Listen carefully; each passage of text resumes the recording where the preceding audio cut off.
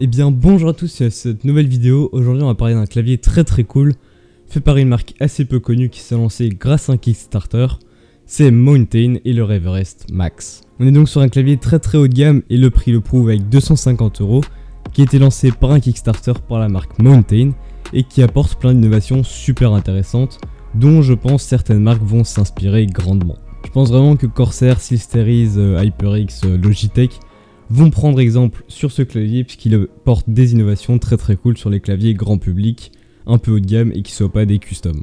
Je vous l'ai déjà dit, le prix est à 250 €, ça fait un clavier très cher et très haut de gamme, mais on va voir qu'il y a certaines options qui justifient grandement le prix, surtout qu'il est à peine 20 € plus cher qu'un SteelSeries Apex Pro, qui est lui beaucoup plus cher pour son prix je trouve. On est donc sur un clavier haut de gamme avec un châssis en aluminium brossé, donc pas du plastique, sans frame, donc on voit très bien le RGB avec les keycaps, etc.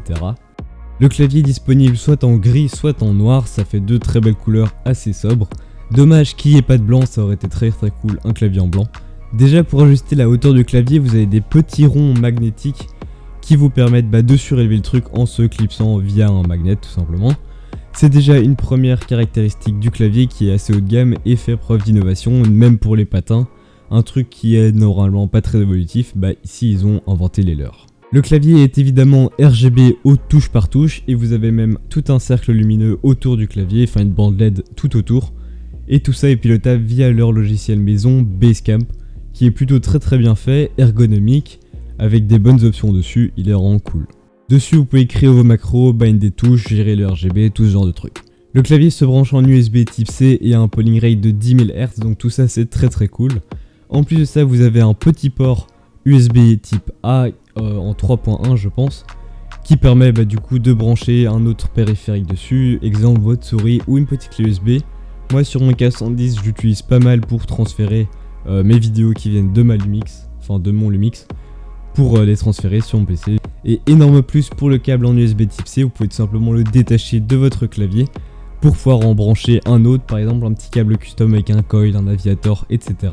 Ça vous fait un plus joli câble que celui fourni de base, donc ça rend une très bonne option qui n'est pas disponible sur les claviers de SteelSeries, Corsair, etc. Et ça c'est une innovation, enfin pas vraiment une innovation, mais un truc qui devrait arriver sur plus de claviers. Une des grosses options de ce clavier c'est sa modularité. De base vous avez un clavier TKL, mais vous avez un petit keypad qui peut venir s'accrocher à droite ou à gauche, que vous clipsez avec un connecteur en USB type C et qui permet vraiment de vous adapter à toutes vos utilisations. Par exemple, vous gardez le clavier en TKL quand vous êtes en jeu, mais par contre quand vous faites du traitement de texte, enfin des trucs en applicatif genre du Excel, etc., tout genre de trucs, enfin bref, et que vous avez besoin des touches du pavé numérique, et vous l'attachez à droite ou même à gauche.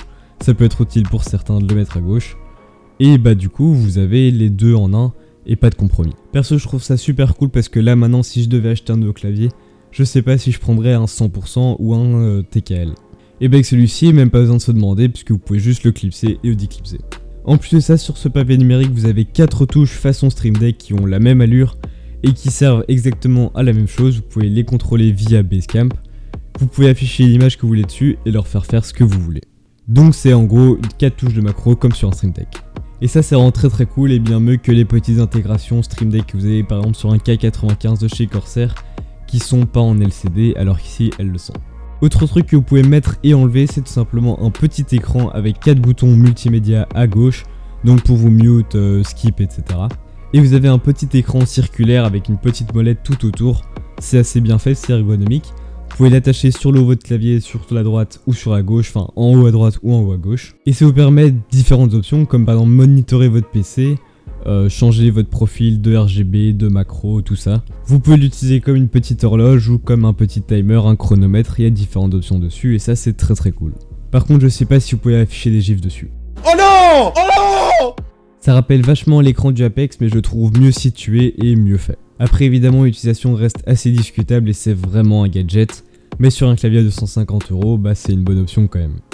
Au niveau des switches proposés pour le clavier, c'est assez décevant puisqu'on est seulement sur des Cherry MX, soit des Red, soit des Blue, soit des Silver, soit des Brown, enfin des Cherry MX de base, un peu grand public. Mais ce qui est très cool avec ce clavier au niveau des switches, c'est qu'il est hot swap. Et vous savez que j'aime beaucoup le hot swap, comme je vous l'ai dit dans cette vidéo qui est juste ici ou juste là, je sais plus, je sais jamais. Et donc ça c'est une très bonne nouvelle puisque vous allez pouvoir changer vos switches si vous en avez envie, ou alors commencer à ouvrir vos switches, les lubes, etc. Enfin vous pouvez voir tout ce que vous pouvez faire avec dans la vidéo. Mais donc c'est une excellente option, c'est du 3 pins hot swap, donc vous pouvez changer pour tous les switches en 3 pins, ou alors sur 5 pins si vous commencez à enlever les petites barres en plastique, vous pouvez le faire aussi. Et donc ça c'est vraiment une excellente nouvelle pour un clavier grand public, j'ai hâte que des marques comme SteelSeries, Corsair, enfin les grandes marques de clavier se mettent à faire du hot swap, même si comme j'ai dit dans la vidéo ce sera pas forcément avantageux pour eux, bah ici Mountain ils l'ont fait et c'est une très bonne décision. Autre très bonne nouvelle, c'est que les stabilisateurs sont déjà lubés, donc comme vous pouvez le faire sur des switches, vous pouvez le faire sur des stabilisateurs. Les stabilisateurs ils sont sur les grandes touches genre espace, contrôle, etc. entrée, qui permettent la touche d'être plus stable, et quand ils sont lubés, ils sont encore plus stables et ils font un meilleur bruit. Ce qui est un peu dommage pour le prix, c'est qu'on ait des keycaps qui soient seulement en ABS et pas en double shot PBT, mais les keycaps sont quand même de plutôt bonne facture, même si on aurait pu avoir un peu mieux. Je ne sais plus si je vous ai déjà précisé que le polling rate était de 10 000 Hz, c'est aussi une très bonne nouvelle. En plus de ça, le clavier est garanti 2 ans, c'est une petite garantie, mais bon, c'est mieux que rien. Et en plus du clavier, ils fournissent 5 switches différents, donc c'est des Cherry Mix, il y a des Red, des Blue, des Brown, des Silver, pour que vous puissiez un peu les tester, les 5, en plus de ceux que vous avez déjà sur votre clavier. Et ils fournissent aussi un keycap puller pour enlever les keycaps et qui sert aussi à enlever les switches. Et c'est pas ce vieux petit truc de merde, là je vous le montre à la caméra, le petit truc comme ça qui enlève les keycaps en faisant du mal aux keycaps, qui les abîme, ça rend le truc très bien avec la belle pince. Le seul problème du coup de ce clavier, c'est qu'il est à 250 €, ça fait assez cher pour un clavier, mais vu les options qu'il embarque, c'est encore un prix assez raisonnable. Bon, c'est quand même un peu trop cher je trouve, mais ça justifie, et franchement pour 20 € de plus qu'un Apex Pro, je le prendrais clairement. D'ailleurs j'ai décidé de faire une petite vidéo sur l'Apex Pro pour vous dire mon avis sur ce clavier, puisque je vois beaucoup de monde qui ont envie de l'acheter, etc. Et je le trouve assez surcoté puisqu'il y a beaucoup de points noirs. Donc si vous avez envie de vous faire plaisir avec ce clavier, je vous mets le lien en description. 250 € c'est beaucoup, mais bon c'est encore accessible pour pas mal, j'en vois beaucoup mettre pas mal d'argent dans un clavier. Sinon vous pouvez mettre autant dans un custom, mais vous avez d'autres options qui manquent du coup, comme l'écran, le keypad numérique que vous pouvez ajouter. Tout ce genre de trucs, enfin bref, c'est en vidéo de toute façon. Ce autre petit problème, il faudra passer par la case précommande pour le clavier puisqu'il est pas mal demandé et qu'ils peuvent pas en produire assez pour la demande. Donc vous aurez un petit délai avant de le recevoir.